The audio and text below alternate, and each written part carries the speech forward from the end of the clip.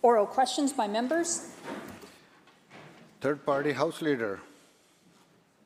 Thank you, Honourable Speaker. In recent years, devastating floods and extreme wildfires in BC have killed countless people, destroyed hundreds of homes, displaced tens of thousands of people, and caused billions of dollars in destruction. It's undeniable. The climate emergency is slowly destroying our ways of life. Yet this government has consistently shown it's not prepared to protect people from the impacts of climate change, nor are they ready to transform the extractive economy that got us here. This year's budget provided no mention of increased spending for the province's nascent flood plan or for reduced wildfire risks. My question through the Speaker is to the Minister of Energy.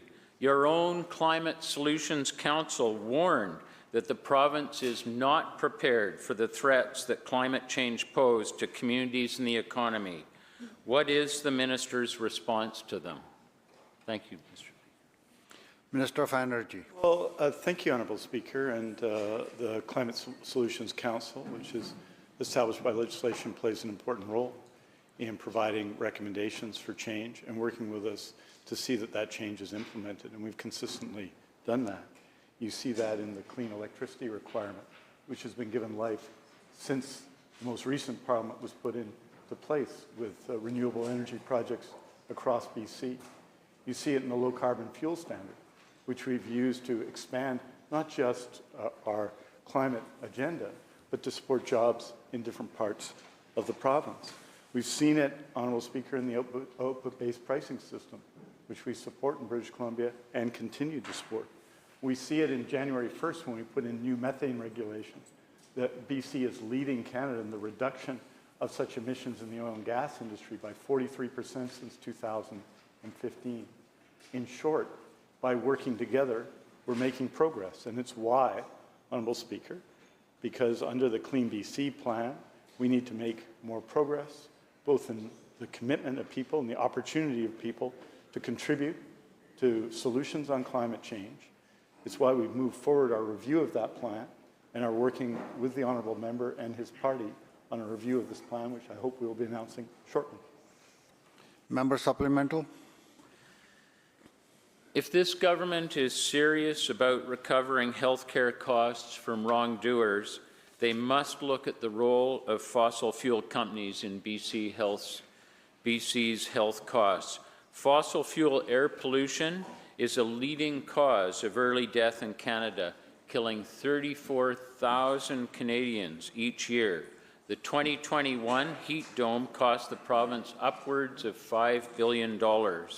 And smoke from wildfires leads to respiratory, heart, and other conditions that require hospitalization and increased healthcare costs.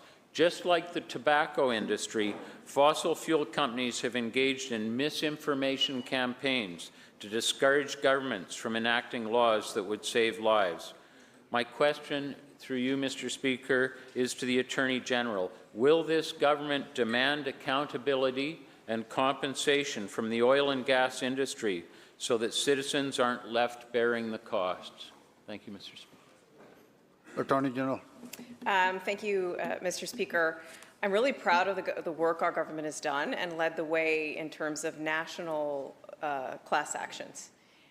We've led the way on tobacco, we've led the way on opioids, and had success at every level of the court system here in BC, and that's a BC-led initiative that we can all be proud of. Recently, I was able to announce one of the largest settlements ever against tobacco, big tobacco.